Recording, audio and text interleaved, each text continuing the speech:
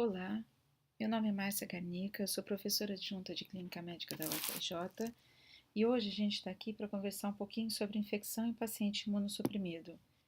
Esse grupo de pacientes é um grupo cada vez mais frequente no nosso dia a dia clínico e não são só os pacientes em tratamento do câncer, mas são os pacientes mais idosos, os pacientes com alguma doença autoimune, alguma doença da inflamação, que podem levar ao impacto e no risco de infecção nesse grupo de pacientes. Hoje, especificamente, a gente vai falar da população de pacientes com câncer. Por que as infecções são frequentes nesse grupo de pacientes?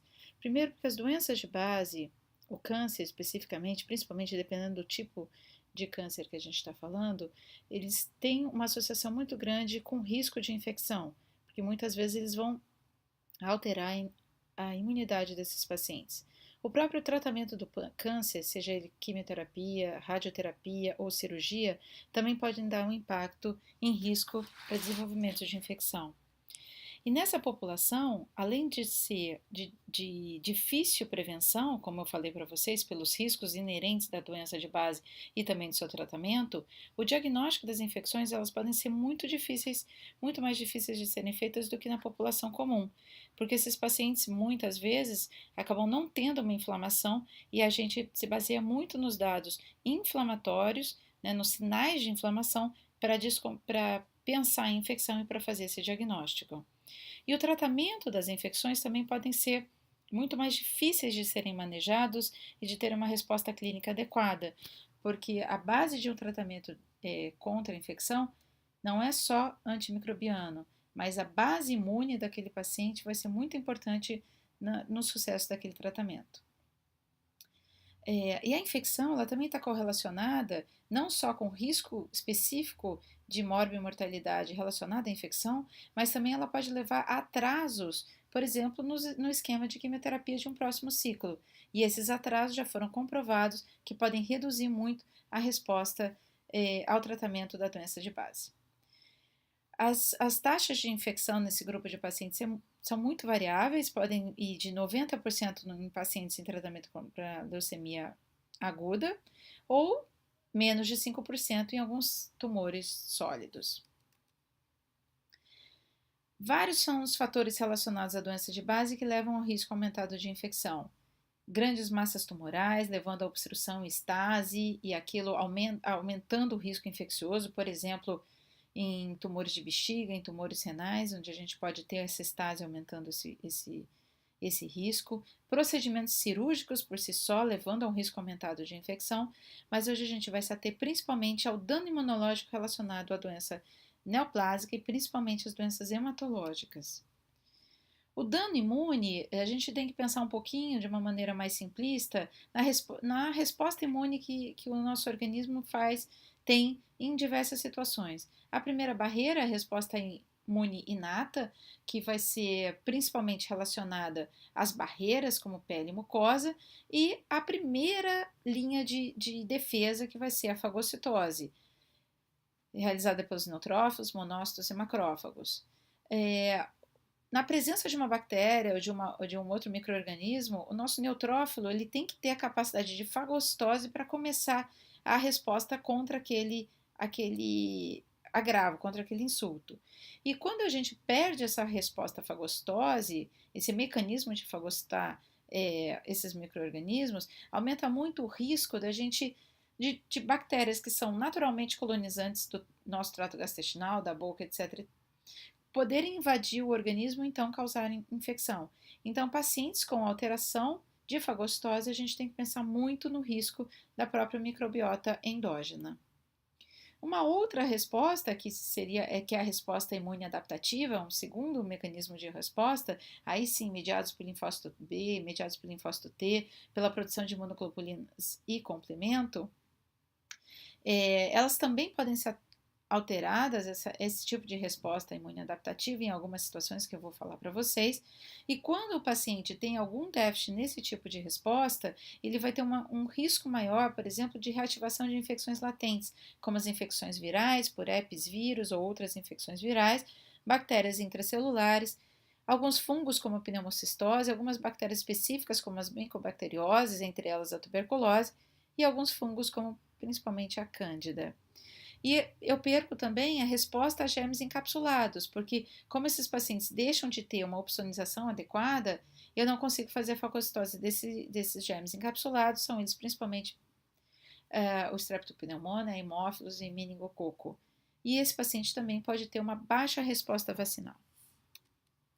Como que a gente consegue determinar qual o risco e qual a imunidade que vai estar mais alterada ou menos alterada dependendo da doença de base desse paciente? Por exemplo, os pacientes com um dano, uma doença neoplásica, onde a gente já sabe que o principal erro está nos progenitores ou na maturação das células da linhagem linfóide, por exemplo, os linfomas, leucemia linfocítica crônica, mieloma múltiplo, a gente já vai imaginar que esses efetores não estão atuando de uma maneira eficaz. Então, a resposta imune alterada vai ser principalmente relacionada a essa linha de maturação dos linfócitos.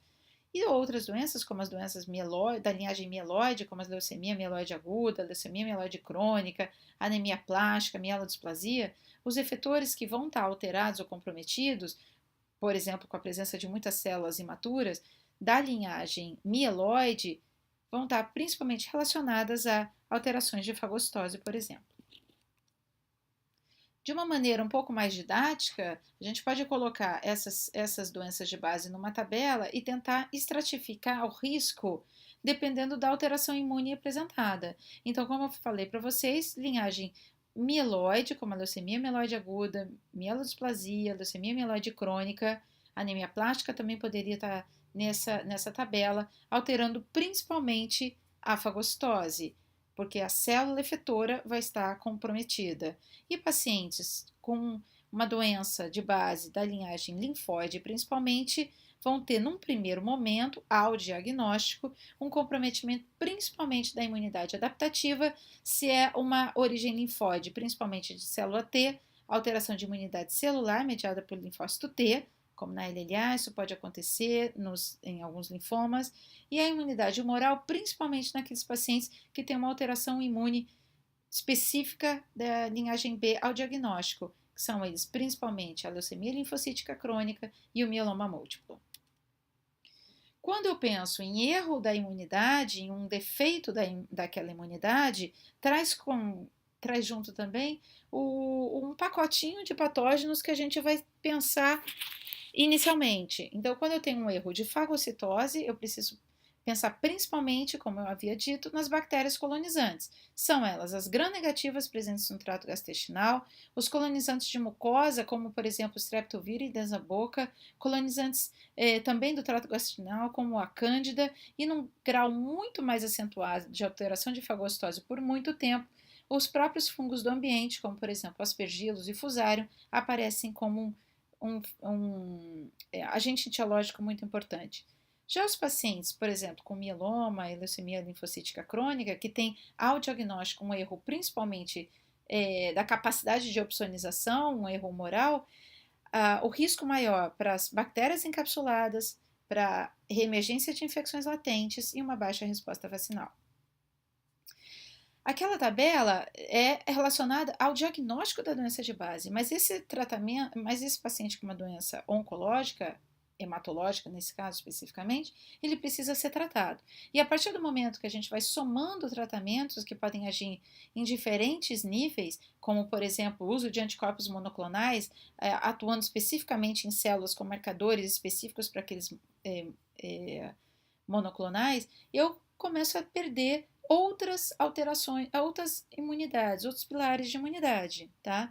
Então, na verdade, em geral, o que a gente vê nesse paciente é um somatório de eventos causando alteração imune e causando, por exemplo, o risco maior de infecção. Então, essa é uma outra tabela mostrando, por exemplo, no tratamento do mieloma, onde a gente pode usar corticoide em alta dose, impactando agora em alteração de imunidade celular, uso de outras drogas como bortezomib. Em outras situações, como na leucemia linfocítica crônica, o uso da fludarabina, isso num paciente que não tinha a priori uma alteração de imunidade celular. Como a gente vai manejar esses riscos?